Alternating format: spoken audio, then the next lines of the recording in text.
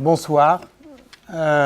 C'est très agréable de commencer quelque chose, mais ça l'est encore davantage de recommencer. Et surtout, lorsqu'on a laissé les choses en plan, c'est-à-dire à une articulation, au fond, que je voudrais rapidement rappeler, sans faire un résumé du chapitre précédent, puisque Jean-Pierre Devroy l'a admirablement esquissé, d'un mot quand même. Je me posais effectivement avec Paul Veyne, mais au fond le décalant vers l'histoire médiévale et vers la fiction politique, cette question, les médiévaux ont-ils cru à leur fiction politique? Il fallait donc préalablement s'expliquer sur ce que fiction politique voulait dire et ce que croyance pouvait bien désigner au Moyen-Âge. C'est ce à quoi je m'étais rapidement attaché hier. Et en définissant la fiction politique, non pas comme une narration éloignée du réel, mais comme une capacité à faire une expérience de pensée avec le réel, dans un seuil d'indistinction entre, au fond, le vrai et le fictif, en rappelant que, d'une certaine manière, cette manière de construire, au fond, avec le monde et en lui faisant violence des expériences qui, d'une certaine manière, pouvaient le dénaturer au sens des juristes, et bien justement, on reproduisait à la fois et les opérations du droit des juristes médiévaux et la narrativité propre à la théologie également médiévale. On butait, au fond, sur cette question de la vérité.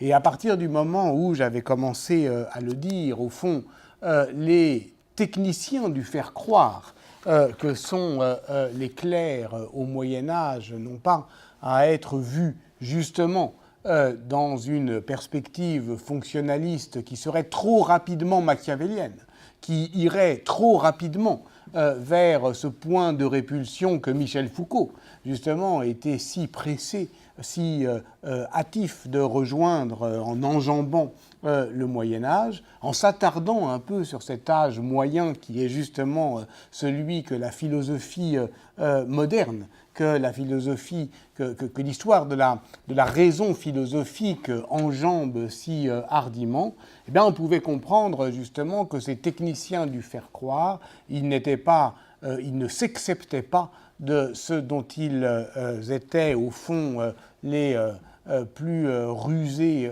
manipulateurs, puisqu'ils étaient eux-mêmes pris dans la croyance qu'ils manipulaient. C'est dire donc qu'il faut comprendre avant l'âge donc de machiavélien qu'on pourra, mais j'espère avoir le temps à la toute fin de mon propos de revenir sur cette question que l'on peut évidemment définir cet âge machiavélien comme un désenchantement du politique, comme une manière, disons, cynique de décrocher l'agir politique de la morale commune.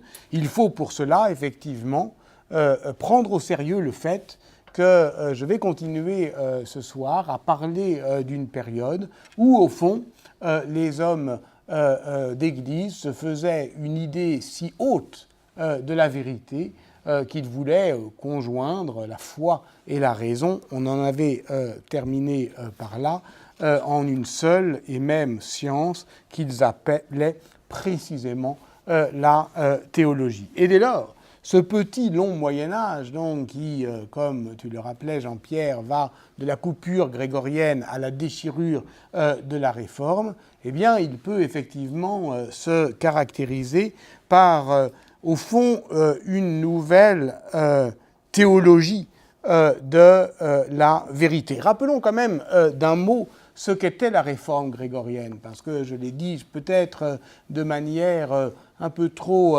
allusive, et je m'en veux hier.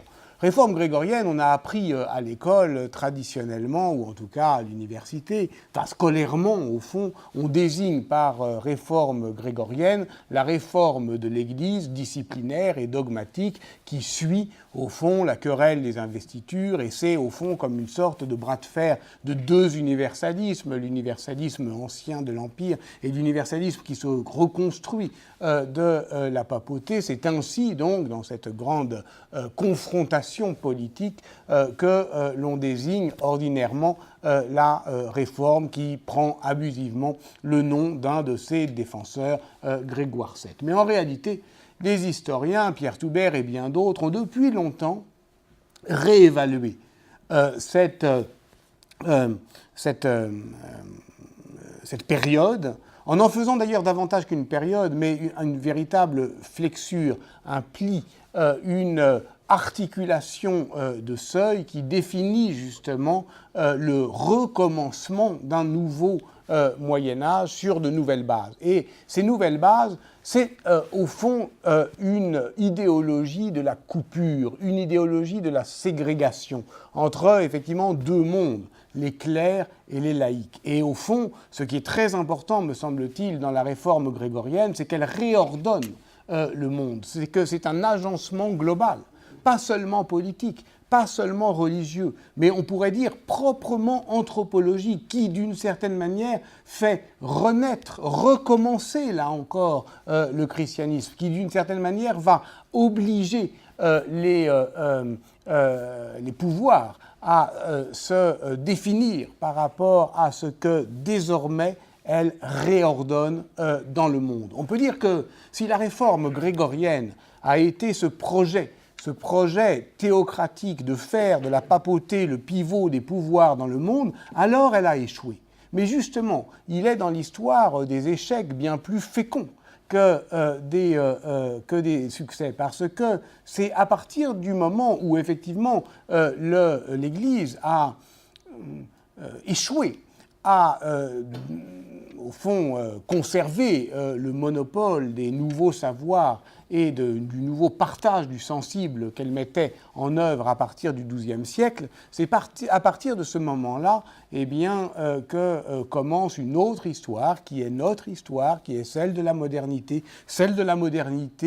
urbaine, dont effectivement Henri Pirenne était un des historiens les plus enthousiastes, et d'une certaine manière, tout ça naît de cette première inflexion. Quand je dis effectivement ambition totale, sinon totalisante, eh bien, il faut effectivement rappeler, et je reviens à ma question de la vérité, que la réforme grégorienne s'arme d'une nouvelle conception de la vérité qui est d'une force, d'une brutalité, j'allais dire, incomparable. Le pape reprend les paroles du Christ à son compte, « Ego sum via et veritas et vita ». Je suis la voie, je suis la vérité, je suis la vie, et Grégoire VII s'affirme docteur de la vérité. Un des historiens les plus audacieux et novateurs aujourd'hui, me semble-t-il, de cette coupure grégorienne qui, d'une certaine manière, reséquence l'ensemble de la période médiévale, je veux parler de Florian Mazel, s'est fait l'historien de cette nouvelle doctrine pontificale de la vérité, qui n'est pas seulement un fait d'histoire religieuse ou ecclésiastique, mais qui est, au fond, je le dis, un fait de grande importance dans l'histoire des pouvoirs.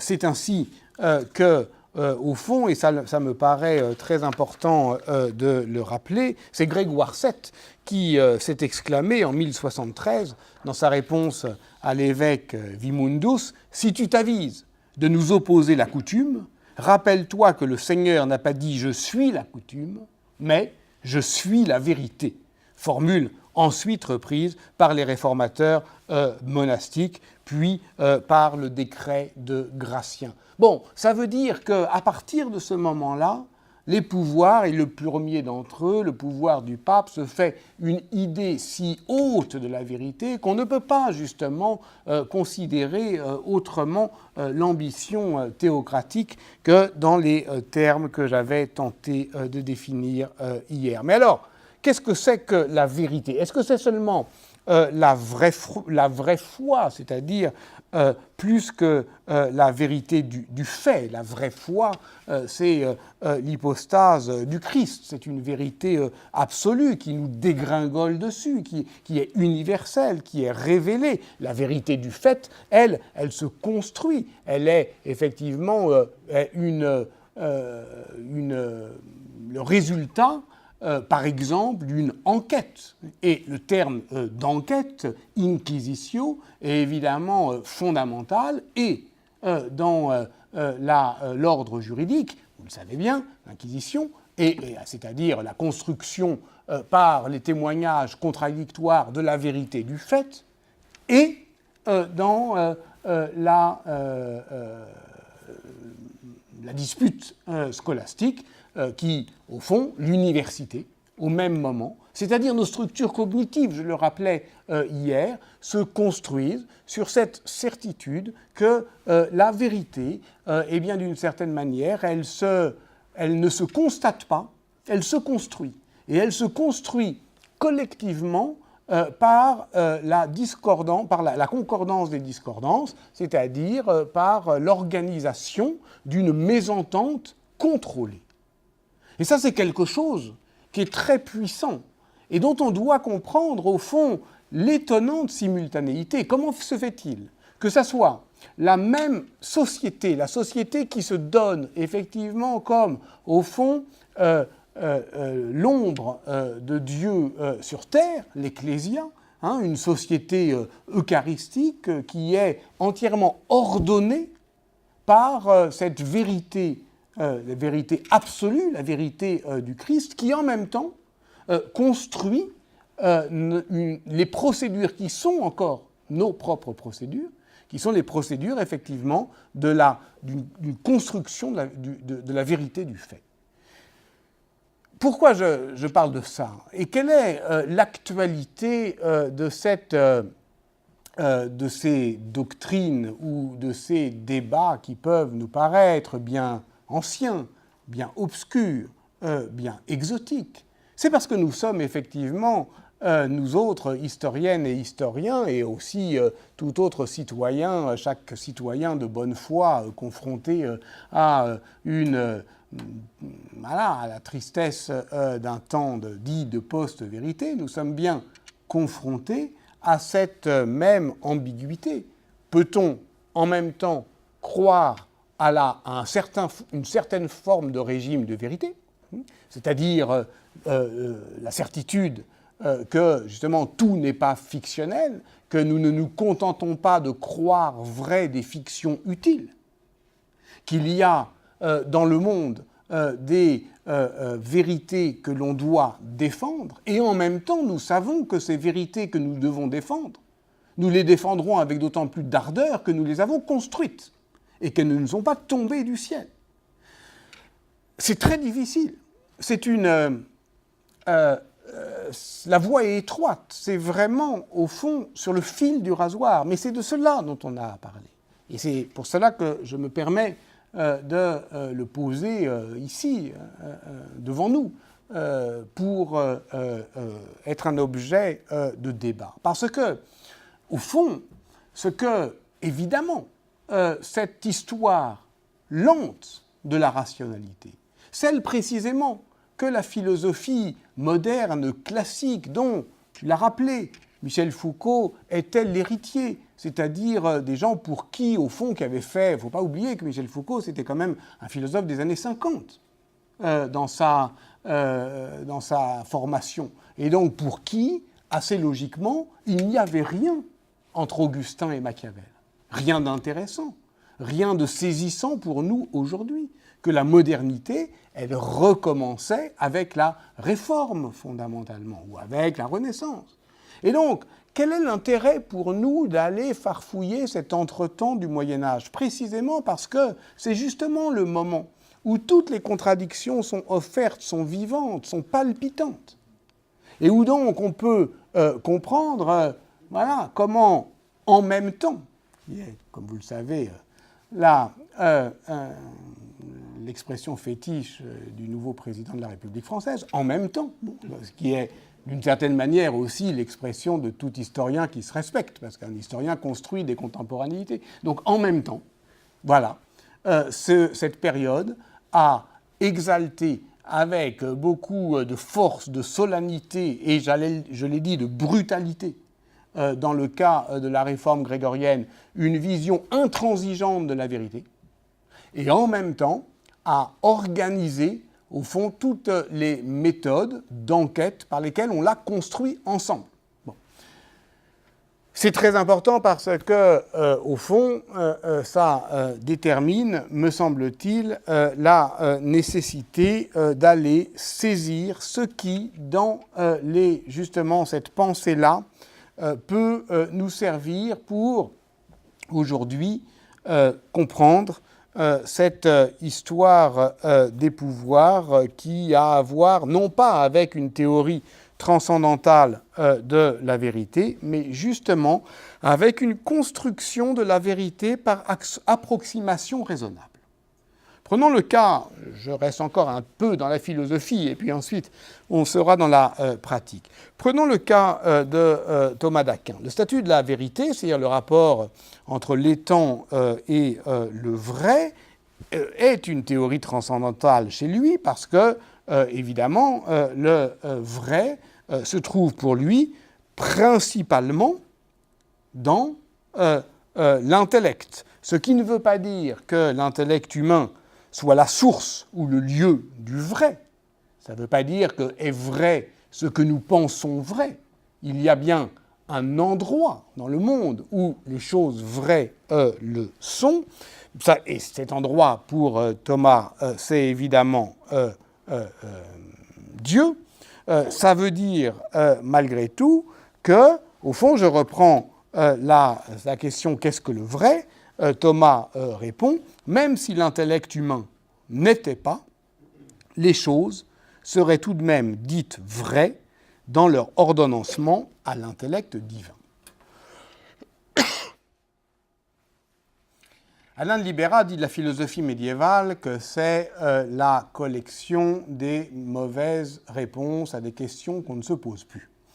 Eh bien, ce n'est pas vrai. C'est inexact. Parce que cette question-là, si les hommes n'étaient pas là pour déclarer les choses vraies ou fausses, est-ce que ces choses-là seraient vraies quand même quelque part? C'est vraiment la question des scientifiques aujourd'hui. Est-ce que, par exemple, les mathématiques existent ailleurs que dans l'esprit de ceux qui les disent?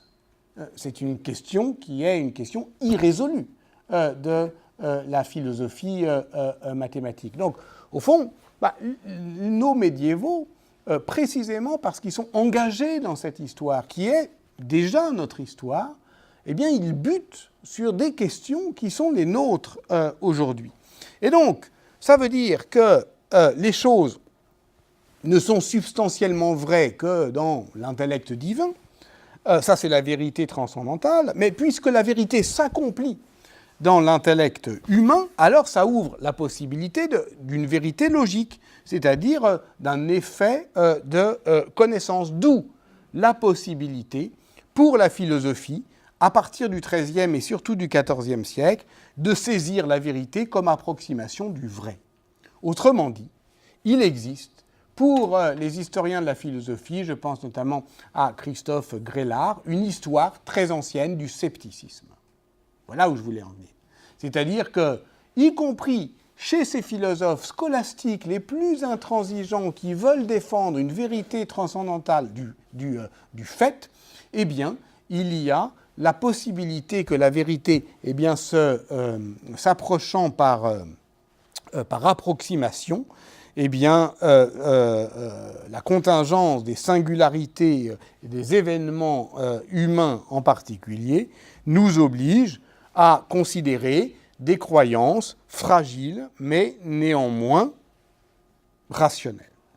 Et tout cela, effectivement, ouvre la possibilité, ce qui est à mon avis très important dans cette philosophie, qui est la philosophie du XIVe siècle, qui est plutôt une philosophie logique, des actes de langage, une philosophie nominaliste, la possibilité de comprendre, au fond, comment les hommes nous dirions les hommes et les femmes aujourd'hui, mais eux disent les hommes en société construisent au fond un régime du vrai qui n'a rien à voir avec la vérité des doctes. Et pourquoi n'a-t-elle rien à voir avec la vérité des doctes? Parce que précisément, ce qu'a montré par exemple une autre philosophe qui s'appelle Catherine Koenig-Pralon, c'est que l'Église, et ça c'est tout à fait fascinant quand on veut chercher des ponts avec des ponts d'intelligibilité avec d'autres types de, je dirais, de fonctionnement. Je pense à cette théologie du XXIe siècle qu'est l'économie. L'Église, donc, s'impose par ce qu'on pourrait appeler une orthodoxie de l'invraisemblable. C'est-à-dire qu'elle fait croire ce qui est le plus difficile à croire. Et ce qui est une manière de gouverner et qui est à contre-courant de l'intuition machiavélienne, non pas faire croire ce qui est le plus immédiatement croyable à un peuple de crédules, mais au contraire, faire croire ce qui est le plus difficile à admettre au nom d'une orthodoxie de l'invraisemblable. Très étonnant quand on y songe. Mais songez à l'histoire de l'Église. L'histoire de l'Église est l'histoire de la construction de son dogme. De cette construction de son dogme qui est une suite, au fond, de choix, hérésis en grec. Est-ce que comment on va définir le Christ? Est-ce un homme? Est-ce Dieu? Est-ce que c'est l'un et l'autre, la double nature du Christ, et puis la Trinité, comment on va les définir? Au fur et à mesure qu'on avance effectivement dans l'histoire de la construction du dogme, hérésie donc christologique, hérésie trinitaire, etc., il est facile de montrer que l'Église, ultimement, l'orthodoxie, choisit toujours la solution la plus difficile à croire.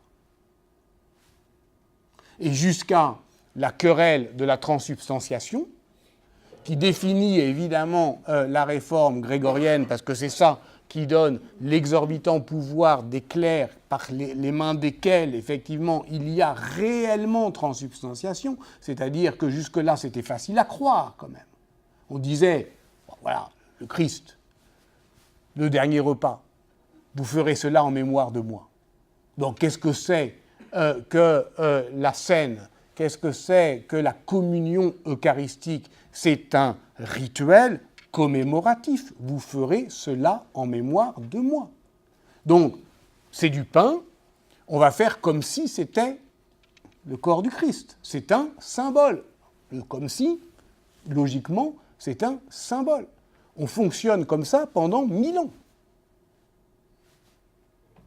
Augustin ne définit pas autrement la transsubstantiation. Enfin, exactement l'Eucharistie, qui n'est pas une transsubstantiation. Pourquoi le coup de force grégorien du XIIe siècle, qui définit la transsubstantiation comme la présence réelle, ça fait 1000 ans qu'on a admis, parce que c'est pas si difficile à comprendre, que justement, on est dans un repas eucharistique qui commémore la mort du Christ, et donc que rituellement, on va croire ensemble. Et c'est très simple. Et c'est au fond toute la vie sociale qui est fondée sur ces fictions utiles. On va croire ensemble qu'un moment seulement, ce vin est le sang du Christ. Et pourquoi faut-il qu'au moment où, d'une certaine manière, cette croyance a atteint la pleine puissance de son efficacité sociale, on l'a durci au point de dire, mais non, en réalité, et contre toute la patristique, en réalité, c'est la présence réelle du Christ. Et finalement, vous le savez très bien, on ne va jamais l'admettre. On ne va jamais l'admettre jusqu'à, effectivement, la querelle eucharistique, elle rebondit jusqu'à la Réforme, évidemment. Donc c'est une autre manière aussi de définir ce petit long Moyen-Âge du XIIe au XVIe siècle. Donc ça, c'est extrêmement intéressant.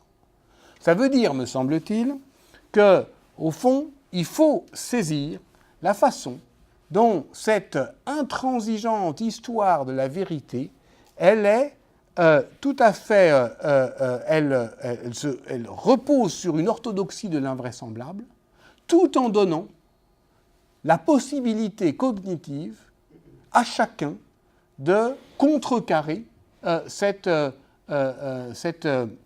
ambition.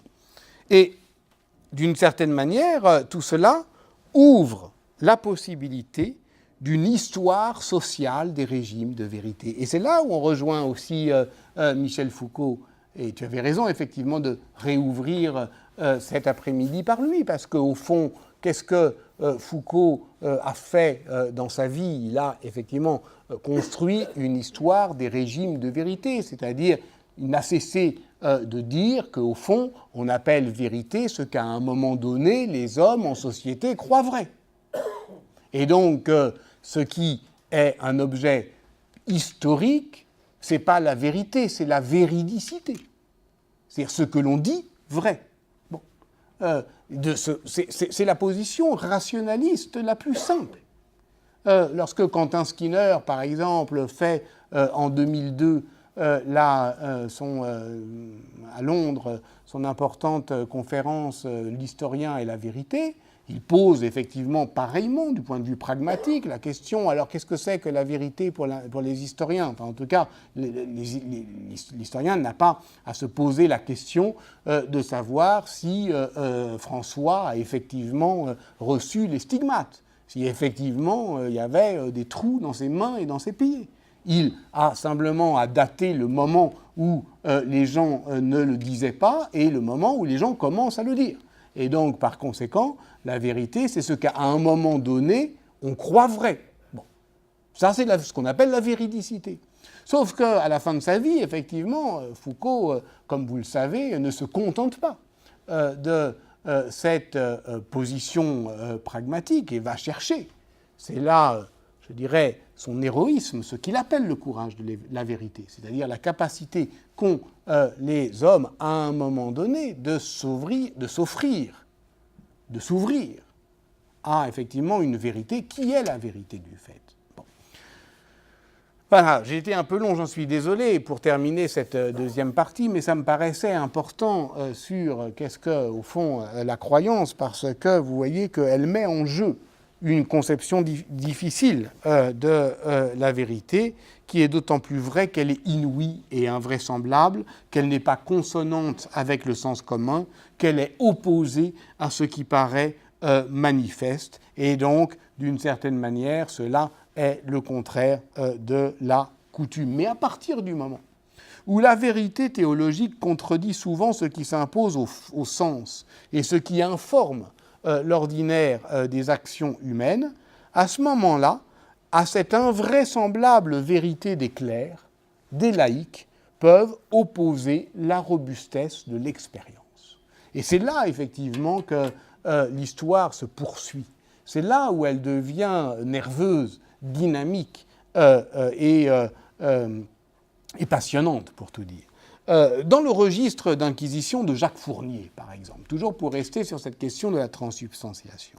Hein, vous savez, cet inquisiteur qui part dans le diocèse de Pamiers à l'extrême fin du XIIIe siècle pour casser de l'hérétique au moment où il n'y en a plus beaucoup et pour, d'une certaine manière, définir une nouvelle pratique de l'Inquisition. Et c'est à partir de ce registre d'inquisition de Jacques Fournier qu'Emmanuel Leroy-Ladurie écrira son très fameux Montaillou, village occitan.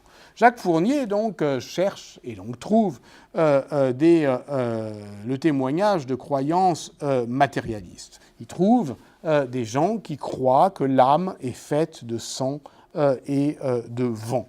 Voici par exemple Guillemette Bonnet, qui est une paysanne de Montaillou. Guillemette croit en Jésus, croit en ses saints, croit en leurs miracles, mais elle ne croit pas en l'immortalité de l'âme. Alors, tout de suite, évidemment, le Fournier dit « Ah, j'en tiens une, c'est une hérétique ». Donc, quelqu'un lui a mis dans la tête cette idée funeste, puisque, évidemment, il catharise, c'est-à-dire qu'il pense que si on n'est pas catholique, on est cathare. Et si on est cathare, c'est que quelqu'un vous l'a enseigné.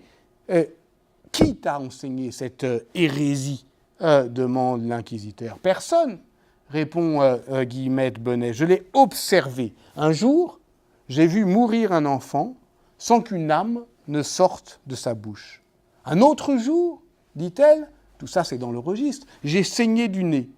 Et j'ai bien vu que, au fond, il n'y avait dans les deux cas que du sang. Donc, je crois que l'âme est faite de sang.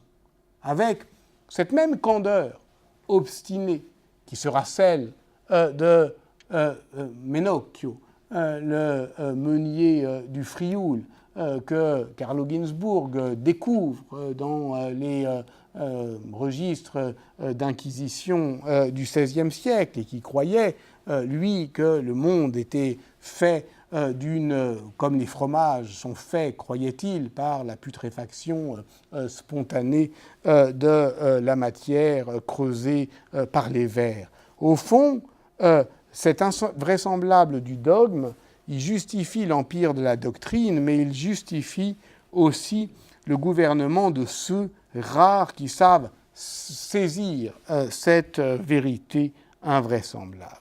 Tout cela nous amène, dans un troisième et dernier point, à nous interroger justement sur tous ceux qui ne croient pas ou qui croient à demi, sur justement cette histoire de l'incrédulité, sur cette manière de comprendre comment effectivement tant de gens, d'hommes, de femmes se sont engouffrés dans ces faiblesses du croire, se sont d'une certaine manière immiscés dans ces brèches, puisque nous avons au fond ébréché, je l'espère en tout cas, l'image d'un Moyen-Âge qui est unanimement crédule de cette foi obtuse et nue dont parlait Michelet. Non, j'ai tenté de comprendre comment, d'une certaine manière, il y avait du jeu dans cette structure. Et voilà, comment ça marche, comment, effectivement, en situation, les individus peuvent, d'une certaine manière, se frayer un chemin dans la croyance. Et, d'une certaine manière, si on reprend les grandes fictions politiques, y ont-ils vraiment cru ? Cette question de la crédulité et cette question de la croyance politique, au fond, il faut peut-être la reprendre là où Marc Bloch l'avait laissée. On y a fait quelques allusions hier. Je veux parler des rois thaumaturges, livre fondateur de l'anthropologie politique historique, livre profondément incompris en son temps, livre paru donc en 1924. Marc Bloch, dans ce livre, étudie en histoire comparée. On oublie toujours que les rois thaumaturges, c'est un livre d'histoire comparée entre la France et l'Angleterre, et un livre d'histoire comparée en longue durée, qui va du Moyen-Âge jusqu'aux dernières expressions de ce pouvoir thaumaturgique qui est la capacité des rois de France et d'Angleterre à toucher les écrouelles et à guérir ceux qu'ils touchaient. Marc Bloch, dans ce livre, est un homme de son temps.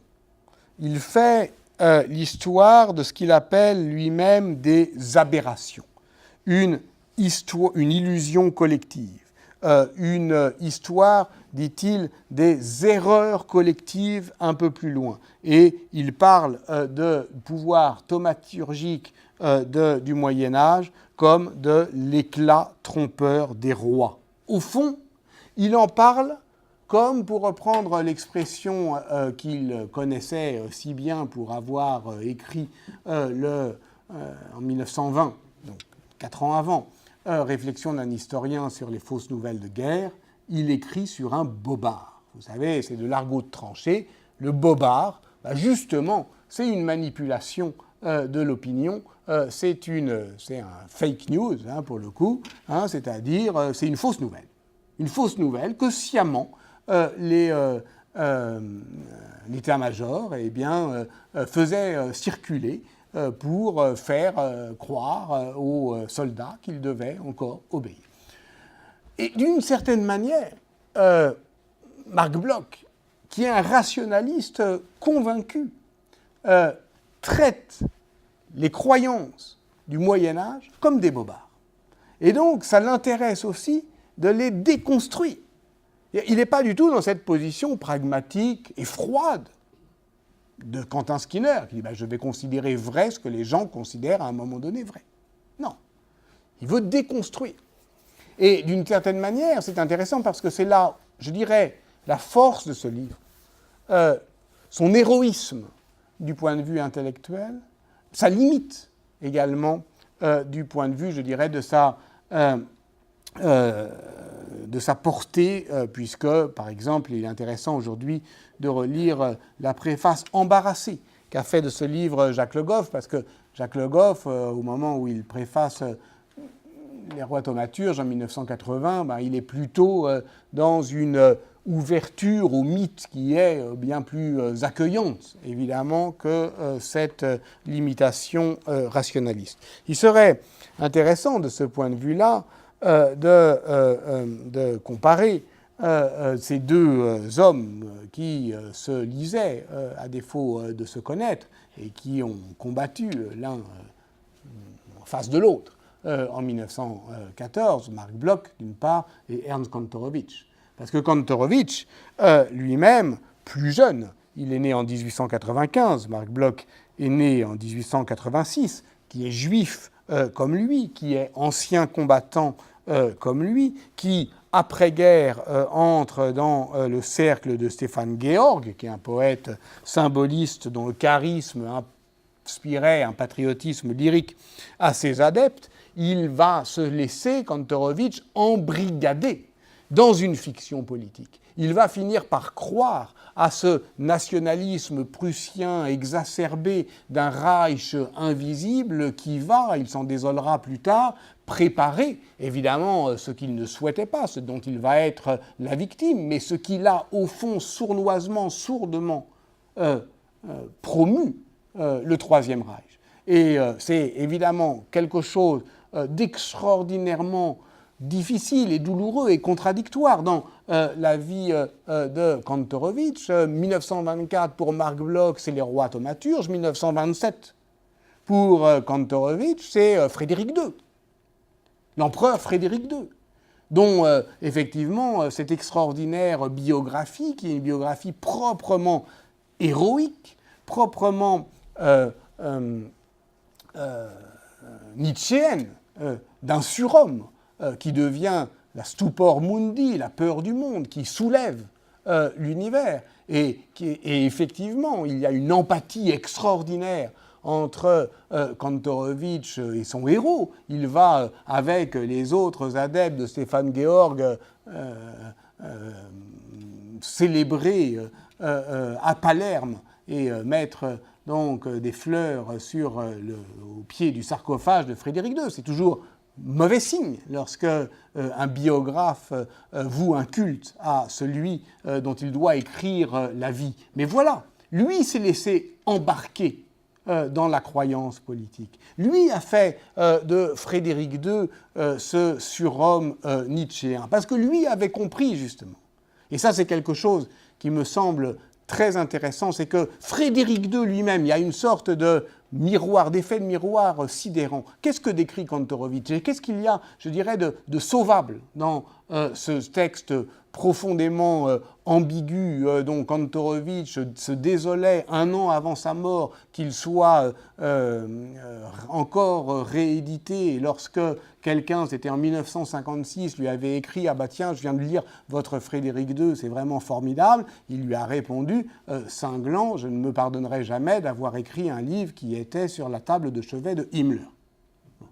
Donc, il a évidemment toute sa vie avec ce livre un rapport qui est plus qu'embarrassé, qui est tragique. Et pourquoi ? Parce qu'il y a un effet de miroir entre cette fiction politique, et on est dans Tacite. Il a fini par croire vrai ce qu'il avait inventé. Et pourquoi ? Parce que Frédéric II lui-même a fini par croire vrai ce qu'on avait inventé pour lui. C'est-à-dire que ce que décrit Kantorowicz dans ce texte, qui est un texte fort puissant sur les effets de l'image. Il décrit effectivement le puer, le jeune garçon qui est le roi de Sicile, qui arrive, qui rentre justement dans la cathédrale de Palerme. Et on est dans cette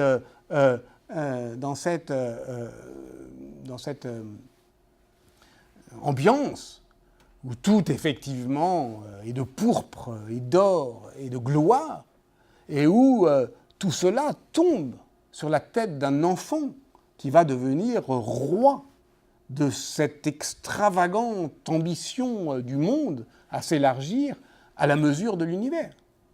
Et donc, on comprend, en lisant Kantorowicz et en lisant comment, au fond, il décrit comment, d'une certaine manière, le jeune enfant de Sicile va finir par croire vrai son destin. On comprend que tout ce qu'on appelle la Bible des illettrés, c'est-à-dire cette capacité des images médiévales à s'adresser à ceux qui les regardent, cette capacité persuasive de propagande, ce n'est pas un mot honteux pour le Moyen-Âge, propaganda, fide, propager la foi, ça n'a rien à voir avec ce que l'histoire politique du XXe siècle a fait du mensonge d'État. Propagande, c'est effectivement une construction du consentement par la croyance politique. Que tout cela, ce bric-à-brac iconographique, il n'était pas destiné à ceux qui regardaient incrédules et intimidés. Ils étaient d'abord destinés à ceux qui gouvernaient. C'est-à-dire que l'ensemble, au fond, de ce système est fondamentalement adressé à ceux qui gouvernent et qui finissent par croire vrai le message qu'on leur adresse. C'est ce qu'on appelle, au sens propre, le miroir au prince. Et c'est pour cela, effectivement, que l'éducation des jeunes enfants est si cruciale dans ce système où le pouvoir n'a pas d'autre limitation que la morale de celui qui l'exerce. Et à partir du moment où la pente naturelle du pouvoir, c'est le contre-pouvoir, où chacun va jusqu'au bout de son pouvoir, eh bien, effectivement, on ne peut le limiter que par une série d'images, d'histoires, de fiction. Donc Kantorowicz a écrit ça. Kantorowicz a connu ça. Kantorowicz a subi cela.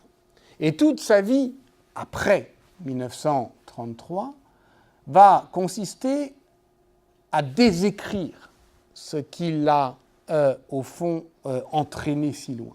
C'est-à-dire à écrire contre lui-même. C'est-à-dire à construire, par exemple, dans les deux corps du roi, une théorie critique d'une fiction politique. Et donc, il faut bien comprendre ce que c'est que les deux corps du roi, le livre donc, qui paraît bien plus tardivement lorsqu'il est à l'université de Berkeley. C'est fondamentalement le démontage de la croyance politique dans laquelle le jeune Kantorowicz avait été pris lui-même et qui est fondamentalement la théologie politique. Or, cette théologie politique, celle effectivement de la double corporéité royale, je ne vous fais pas l'injure de vous rappeler que effectivement Kantorowicz a décrit dans les deux corps du roi le fait qu'il y avait, c'est une fiction juridique, et une fiction juridique qui d'ailleurs s'exprime d'abord au moment où elle se défait, c'est-à-dire dans le théâtre élisabéthéen, avec Shakespeare en particulier, le fait que le roi a un corps, mais que ce corps est habité par quelque chose de plus grand que lui et qui lui survivra. Et donc, c'est la royauté. Et donc, il y a un corps mortel des souverains et un corps immortel dont l'un et l'autre forment l'union mystique. Et donc, qu'un roi, c'est au fond de l'incommensurable qui se loge dans du fini. Et donc, on est dans une sorte de bricolage du mortel et de l'immortalité qui crée le mystère de l'État. Bon. Mais ce que décrit Kantorowicz, c'est au fond une fiction juridique, qui n'a pas besoin d'être crue vraie pour être fonctionnelle. Il y a là d'ailleurs quelque chose qui me semble tout à fait intéressante, justement à saisir à rebours de cette justement histoire de la croyance politique. Parce que, au fond, que le roi est mort, vive le roi, c'est une vérité théologique qui ressort de ce que j'ai appelé l'orthodoxie de l'invraisemblable. Puisque, comme le dit effectivement Hegel, il n'y a pas de grand homme pour son majordome. Il suffit de s'approcher d'un peu près d'un homme de pouvoir pour ne pas croire vrai ses fictions politiques. D'ailleurs, il suffit de lire, par exemple, Philippe de Comines. Philippe de Comines a rapproché dans ses mémoires, on en parlait hier, Louis XI. Il l'a aimé, il l'a admiré, mais il a surtout dit quelque chose. C'est que lui qui l'a vu de près, il sait qu'il est homme comme chacun d'entre nous. Donc, pour lui, il n'y a pas de doute. Il ne peut pas croire sérieusement que dans un roi de France loge un principe d'immortalité. Bon, voilà. Et pourtant, lorsqu'il s'agira d'organiser des funérailles royales pour Charles VIII, les funérailles de Charles VIII sont très bien documentées parce qu'on a à la fois des descriptions et puis aussi les livrets de la cérémonie de Pierre d'Urfé qui avait tout organisé. Et bien, lorsqu'il s'agira donc d'organiser ces funérailles, on fera, je ne sais pas si on fera comme si, mais en tout cas, on organisera les choses pour que se déroule une fiction politique qui, d'une certaine manière, peut très bien se passer de la crédulité pour fonctionner.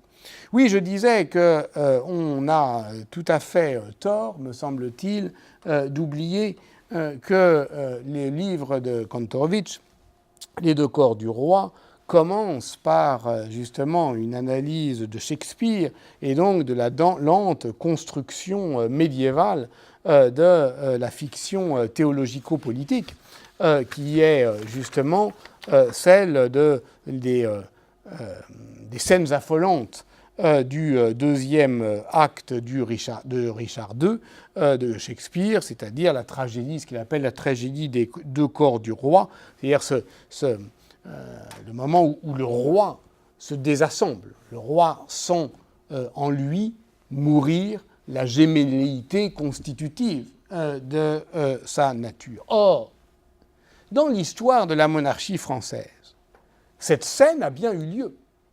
Il y a bien eu un moment qui est un moment de désenchantement brutal, un moment où effectivement on a vu que le roi n'était pas autre chose que lui-même. C'est effectivement la fameuse scène, on en parlait tout à l'heure, de la fuite, de la fuite à Varennes, dans la nuit du 20 au 21 juin 1791, et surtout le retour piteux du roi, qui est une épreuve politique de subversion cérémonielle. La manière dont Michelet décrit dans l'histoire de la Révolution française la scène est absolument extraordinaire. Il la décrit comme une entrée royale à l'envers, comme la marche funèbre de la monarchie française qui fait à rebours son parcours cérémoniel. Le roi est parti, et il est parti piteusement. Pitoyable métamorphose, écrit Michelet dans son histoire de la Révolution française. Pourquoi s'est-il caché ? Pourquoi a-t-il mis ses habits de roi dans la malle de sa berline ? Qui eût osé l'arrêter si, écartant ses vêtements, il eût montré cet habit ? Mais au lieu de ça, Louis XVI s'est lui-même dépouillé de sa majesté. Exactement comme le Richard II de Shakespeare, il s'est lui-même dépouillé. Je retire ce lourd diadème de ma tête, ce sceptre incommode de la main, et de mon cœur l'orgueil du pouvoir royal. Cette défaite du corps royal, qui a produit au fond la désacralisation fatale. D'une certaine manière, ce que montre Michelet, c'est que le roi en est le premier artisan. Pourquoi ? Mais parce qu'il ne croit plus en lui-même. Parce que, justement, à ce moment-là, il ne tente pas le coup de force de majesté au moment où, justement, il passe la tête à la portière de Sainte-Ménéhould. Les témoins le reconnaissent. Pourquoi ? Parce qu'ils l'ont vu en effigie sur les assignats. On lui demande son passeport et exactement comme dans un conte, eh bien, le carrosse devient une citrouille, ça devient une berline allemande et il revient, et c'est ce qu'on appelle la pitoyable. C'est ce que Michelet appelle la berline suspecte, la pitoyable métamorphose. Et à ce moment-là, le retour du roi de Varennes est décrit comme la mise à mort rituelle de la royauté, c'est-à-dire au fond la mise à mort de cette croyance dans le paternalisme bienveillant et très chrétien qu'incarnait la monarchie de Louis XVI, et le retour du roi à Paris le 21 juin 1791 est pour Michelet la dernière entrée royale, un rituel à l'envers, le cortège funèbre de la royauté, et tout se passe en silence, et Michelet dit quelque chose d'extraordinaire, ce fut comme une excommunication du silence. Le peuple de Paris, ingénieux dans sa vengeance, ne fit qu'une insulte au roi, un signe, un reproche muet. À la place de Louis XV, on avait bandé les yeux à la statue pour que l'humiliant symbole représentât à Louis XVI l'aveuglement de la royauté. La lourde berline allemande roulait lente et funèbre, les stores à demi baissés. On croyait voir le convoi de la monarchie. Seule allait la triste voiture, sous l'excommunication du silence. On aurait pu la croire vide si un enfant n'eût été à la portière, demandant grâce au peuple pour ses parents infortunés. Là, on a une scène qui est une scène proprement révolutionnaire. C'est le moment où le charme se rompt. Le moment où se rompt d'un coup, au fond, une croyance politique qui était gonflée comme une baderne. Et alors, c'est comme si on entendait le bruit sec et mat de la catastrophe qui, d'un coup, surgit. Il y a plein d'exemples comme ça qui sont, me semble-t-il, toujours fascinants d'une sorte d'iconoclasme du coup d'éclat des révolutionnaires. Par exemple, c'est très bien dit dans les tableaux de Paris de Louis-Sébastien Mercier, où il décrit la déception des insurgés qui avaient mis à bas justement la statue équestre de Louis XV. Celle que les Parisiens de la chute d'après la fuite de Varennes aveuglent. Rien n'est plus facile, dès lors qu'on se révolte, de faire tomber une statue équestre. Et que dit Mercier dans ses tableaux de Paris du moment où on fait tomber une statue équestre de Louis XV? Cette phrase, je la trouve magnifique. Tout était creux, puissance et statue. Tout était creux, puissance et statue. Et on a exactement les mêmes témoignages, par exemple, chez Jules Vallès, qui décrit le moment lors de la Commune de Paris où on fait tomber la colonne Vendôme et où l'ensemble des insurgés se trouvent comme empoussiérés de la paille, des fétus de paille qui volaient dans les airs et qui étaient... en fait, qui remplissait de vide la statue. Et souvenez-vous de d'autres images. Combien de révolutions, la chute de Ceausescu, les printemps arabes, etc. À chaque fois, qu'est-ce qui se passe ? On rentre dans un palais et on vérifie qu'il n'y a rien. Et que pendant si longtemps, au fond, on n'a obéi à rien. Et on pense effectivement à ce sur quoi j'avais commencé hier cette conférence, l'image du Léviathan, c'est-à-dire ce monstre politique qui est rempli de la peur qu'il nous inspire. Et donc cette baderne géante qui n'est rien d'autre que l'agrégat de nos propres désarrois. Et donc on comprend au fond qu'il suffirait de détourner le regard, puisque tous le regardent comme ça, et que le pouvoir peut être défini par ce qui nous fait lever les yeux au ciel, pour que l'ensemble se déballonne au sens propre.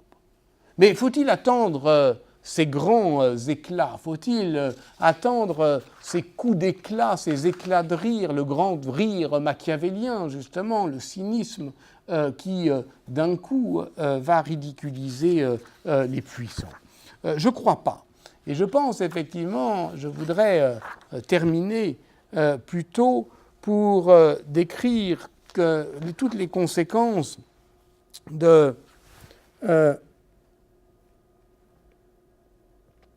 que j'ai tenté de décrire, au fond, c'est-à-dire une histoire qui ne se déroule pas par à-coups, une histoire qui n'est pas celle à grand spectacle d'un désenchantement brutal d'un monde unanimement crédule, mais d'une histoire qui, au fond, s'est depuis bien longtemps mise en mouvement par des ébranlements successifs, par des fissures, par des failles, par tout un jeu social, jeu au sens à la fois ludique et au sens, je dirais, de la menuiserie, c'est-à-dire ce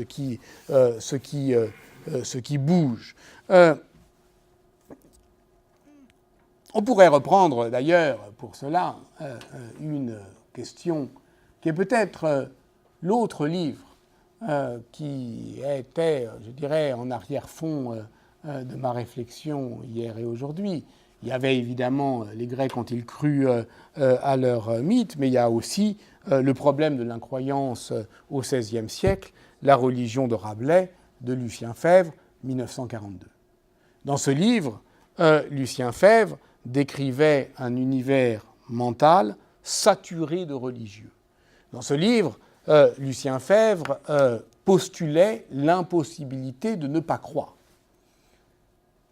Il ne pouvait pas y avoir d'athéisme au XVIe siècle, la preuve, même Rabelais, le plus incorrigible anticlérical et le plus libre des écrivains, lui-même croyait en Dieu. C'est donc que l'incroyance était impossible au XVIe siècle, ou du moins qu'elle ne participait pas de l'outillage mental, comme le disait Lucien Febvre. Et alors, une lecture un petit peu hâtive de Lucien Febvre dit, voilà, au fond, Lucien Febvre a tort, la preuve, Carlo Ginzburg en a bien trouvé un, d'incrédule, Menocchio dans le fromage et les vers, et au fond, la question et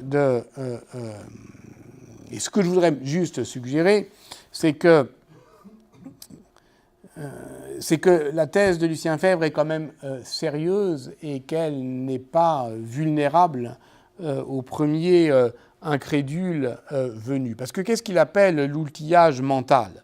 Ce n'est pas seulement les idées d'une société, c'est, je dirais, les idées possibles. Qu'est-ce qui est possible? Qu'est-ce qui est pensable à un moment donné? Et de ce point de vue-là, on a coutume effectivement de moquer la vieille histoire des mentalités, mais il y a là quand même quelque chose, un programme qui, à mon avis, mérite d'être relevé, qui est celui, je me repose toujours sur Christophe Grélard, qui est un philosophe historien du scepticisme médiéval, qui est celui d'essayer de définir à un moment donné ce qui est le maximum pensable. Qu'est-ce qui est le maximum pensable? Et d'une certaine manière, si on veut s'appliquer à soi-même cette méthode, on comprendra assez aisément que nous sommes nous-mêmes limités. À chaque époque, eh bien, il y a des limites du pensable et on évite tout anachronisme en projetant nos habitudes et catégories de pensée sur l'époque considérée. Et donc, au fond, l'existence d'incrédules n'invalide pas la thèse de Febvre. Simplement, il existe de nombreux indices de l'incrédulité totale ou partielle du peuple chrétien vis-à-vis du faire croire, c'est-à-dire de l'instrumentalisation d'un message politique à des fins religieuses. Je n'en prends qu'un seul exemple pour terminer tout à fait, car mon heure est proche de s'achever. C'est un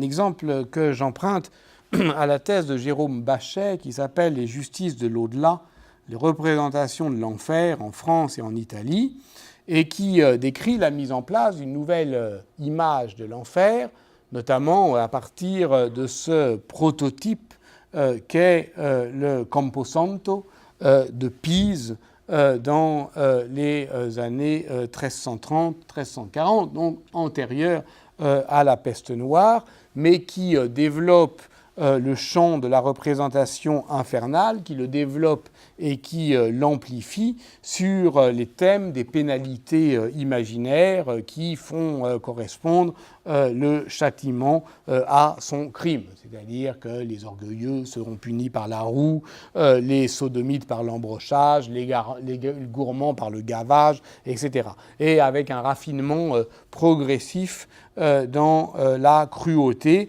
qui repose toujours davantage sur l'adéquation entre le crime et le châtiment. Or, à ce moment-là, on le sait, les justices, et en particulier les justices communales en Italie, se font plus sévères, s'attaquent au corps, et d'une certaine manière, il y aurait là une sorte de circularité entre la justice terrestre et la justice de l'au-delà, et on serait dans un programme du faire croire, où d'une certaine manière, on montrerait aux chrétiens ce qu'ils doivent craindre pour les faire obéir. Donc on est, d'une certaine manière, dans la disposition la plus claire du point de vue de l'historien pour développer une historiographie classique du faire peur, du faire croire, de la Bible des illettrés, c'est-à-dire d'une fiction qui est mise au-devant d'un peuple crédule et obéissant. Or, il se trouve que nous avons, et c'est là effectivement une chance d'historien, et cette image très impressionnante, dont on serait bien tenté de faire une lecture maximale, en disant « Oula, ça a dû terroriser tout le monde ». Et nous avons en même temps le témoignage d'un prédicateur qui s'appelle Giordano da Pisa, qui justement prêche à Pise, qui prêche la peur de l'enfer, et qui, au fond, et c'est très amusant, se désespère de ne pas être cru. Pourtant, il a du bon matériel. Voilà. Il a même, c'est l'innovation iconographique du temps. Mais voilà, à lire ce prédicateur, eh ben, on retrouve une sorte de lamento du pédagogue. Le niveau baisse, ils ne comprennent rien, ou ils ne veulent pas m'écouter. Voilà. En gros, ce que dit Giordano da Pisa, c'est que finalement, il y a trois figures d'incrédules. Il y a ceux qui croient à l'existence de l'enfer, le redoutent, mais pensent que ça sera finalement supportable. Il y a ceux qui pensent pouvoir y échapper, et puis il y a ceux qui n'y croient pas et qui rigolent franchement.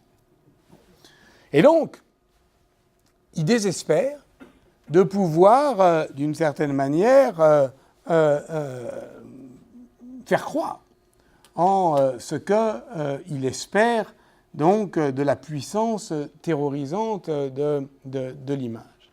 Et c'est tout à fait saisissant de voir, alors évidemment, d'une certaine manière, on se dit, tiens, Giordano da Pisa n'a pas lu La peur en Occident de Jean Delumeau, il n'a pas lu la